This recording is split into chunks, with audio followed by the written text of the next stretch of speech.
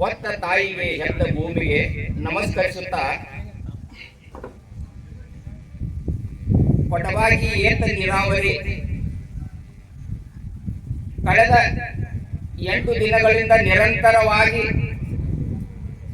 18 ಹಳ್ಳಿಗಳಿಂದ ಸತತವಾಗಿ ಅಗೋರಾತ್ರಿ ತಮ್ಮ ಮನೆಯಿಂದ ಅಕ್ಕಿ ಅನ್ನ ನೀರ ಸ್ವಯಂ ವ್ಯವಸ್ಥೆ ಮಾಡಿಕೊಂಡು ಈ ಕೊಟವಾಗಿ ಏತ ನೀರಾವರಿ ಸಂಬಂಧ 8 ದಿನಗಳಿಂದ ಸತತವಾಗಿ ಹೋರಾಟ ನಡೆಸಿದರೂ ಸಹ ಇದನ್ನೆಲ್ಲ ನೋಡಿದ್ರು ಸಹ ಇದಕ್ಕೆ ಸಂಬಂಧಪಟ್ಟಂತ ನೀರಾವರಿ ಇಲಾಖೆಯವರು ಸಹ ಯಾರೋ ಇಲ್ಲಿವರೆಗೆ ಈ ಕೊಟವಾಗಿ ಏತ ನೀರಾವರಿಗೆ ರೈತರ ಹೋರಾಟ ನಡೆಸಿದ ಸ್ಥಳಕ್ಕೆ ಇಲ್ಲಿವರೆಗೆ ಯಾರೂ ಭೇಟಿ ಕೊಟ್ಟಿಲ್ಲ. ಅದೇ ರೀತಿಯಾಗಿ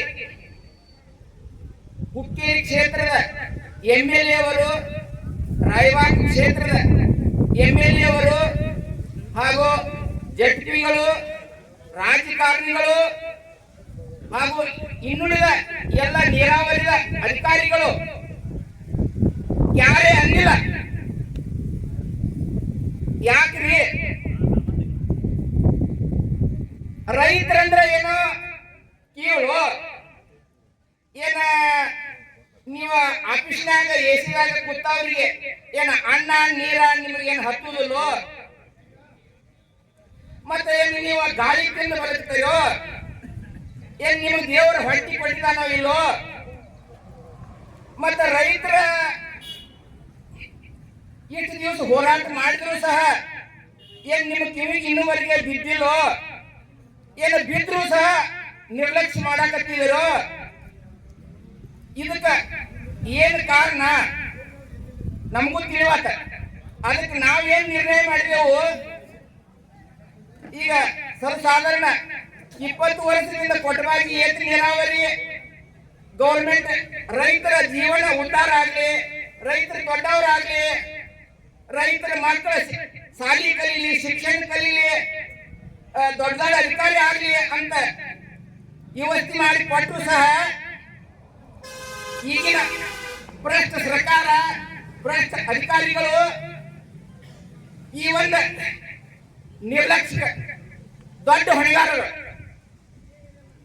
ಮತ್ತ ಈಗ ಕೊಟವಾಗಿ ಏತ ನೀರಾವರಿ 18 ಹಳ್ಳಿಗೆ ರೈತರಿಗೆ ಒಳ್ಳೆಯದಾಗುವ ಒಂದು ದೃಷ್ಟಿಯಿಂದ ಕೆಲವೊಂದ್ಸಲ ಮಳೆ ಆಗ್ತದೆ, ಕೆಲವೊಂದ್ಸಲ ಮಳೆ ಆಗುವುದಿಲ್ಲ.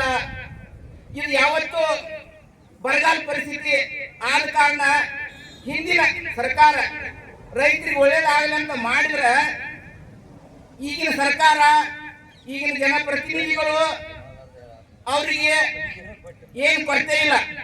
ಯಾಕಂದ್ರೆ ಅವರಿಗೆ ತಿಂಗಳ ಗೌರ್ಮೆಂಟ್ 3 ಲಕ್ಷ 2 ಲಕ್ಷ ಸಂಬಳ ಕೊಡ್ತೈತಿ. ಅವ್ರಿಗೆ ಮನಸ್ಸಿಗೆ ಬಂದಂಗ ಮಾಡ್ರೆ ಬಿ ನಾವು ನಡೀತೀವಿ ಅಂತ ತಿಳ್ಕೊಂಡಾರ. ಆದ್ರೆ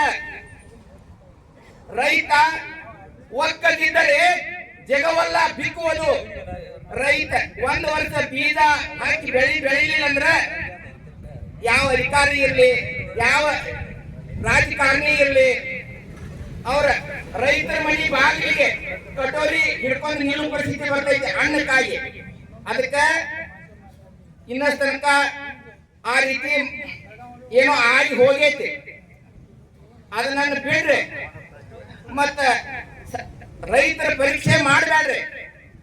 ಮತ್ತ ಅವ್ರೊಮ್ಮೆ ರೈತರ ಇಲ್ಲಿ ಬಂದಂತ ಹೆಣ್ಮಕ್ಳ ಒಮ್ಮೆ ಮುನಿದರಂದ್ರೆ ಅವ್ರನ್ನ ಕಂಟ್ರೋಲ್ ಮಾಡೋದು ಅಸಾಧ್ಯ ಆಗ್ತದೆ.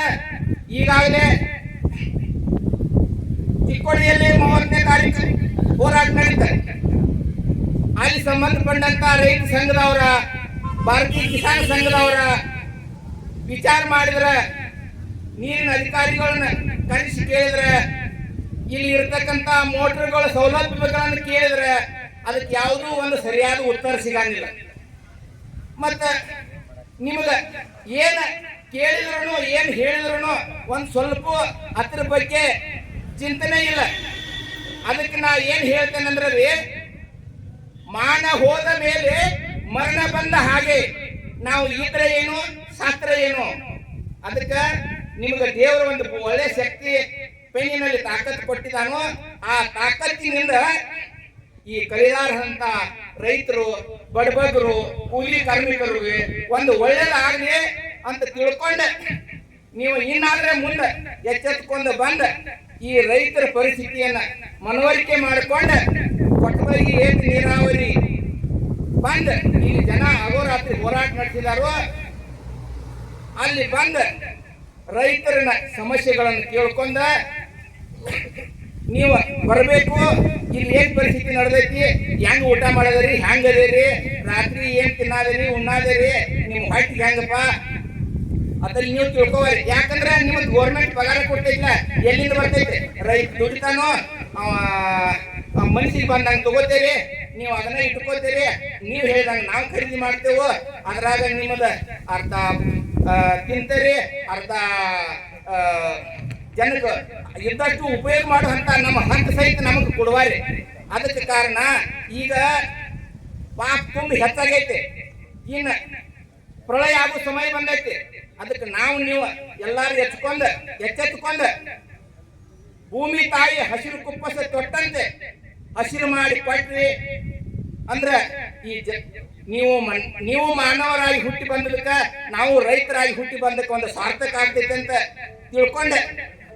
ಏನೇ ಇದ್ರೂ ಈ ಕೊಟ್ಬಾಗಿ ಏಕ ನೀರಾವರಿ ಹೋರಾಟನ ಇಡೀ ಹೊತ್ತಿಸಿದಂತ ದೋನ್ವಾಡ, ಕೊಂಬಲವಾಡ, ಕರಗಾಂವದವರ, ಕೆಂಚನಟ್ಟಿ ಅವರ, ಬೆಳಗಲಿ ಅವರ, ನಾಗರಮುನ್ನೋಳಿ ಅವರ, ಕಬ್ಬೂರ ಅವರ, ಇನ್ನೂ ಹೆಸರು ಹೇಳಿದ ಹಿಂದ ಅನೇಕ ರೀತಿ ಎಲೆಮರೆ ಕಾಯಿಯಂತೆ ಪ್ರಯತ್ನ ಮಾಡಿದಂತ ಎಲ್ಲ ರೈತ ಬಾಂಧವರನ್ನು ಈ ಸಂದರ್ಭದಲ್ಲಿ ನೆನೆದುಕೊಂಡು ಹಾಗೂ ಇಲ್ಲಿ ನೆರೆದಂತ ತಮ್ಮ ಮನೆಯ ಕೆಲಸಗಳನ್ನೆಲ್ಲ ಬಿಟ್ಟು ಇಲ್ಲಿ 8 ದಿವಸಗಳವರೆಗೆ ಹೋರಾಟ ಮಾಡಿದಂತ ರೈತ ಬಾಂಧವರನ್ನು ನನ್ನ ಮನದಲ್ಲಿ ನೆನೆದುಕೊಂಡು ಅವರಿಗೆ ಹೃದಯಪೂರ್ವಕವಾದ ನಮಸ್ಕರಿಸುತ್ತಾ ಒಂದೆರಡು ಮಾತನಾಡಲಿಕ್ಕೆ ಬಯಸಿದ್ದಕ್ಕಾಗಿ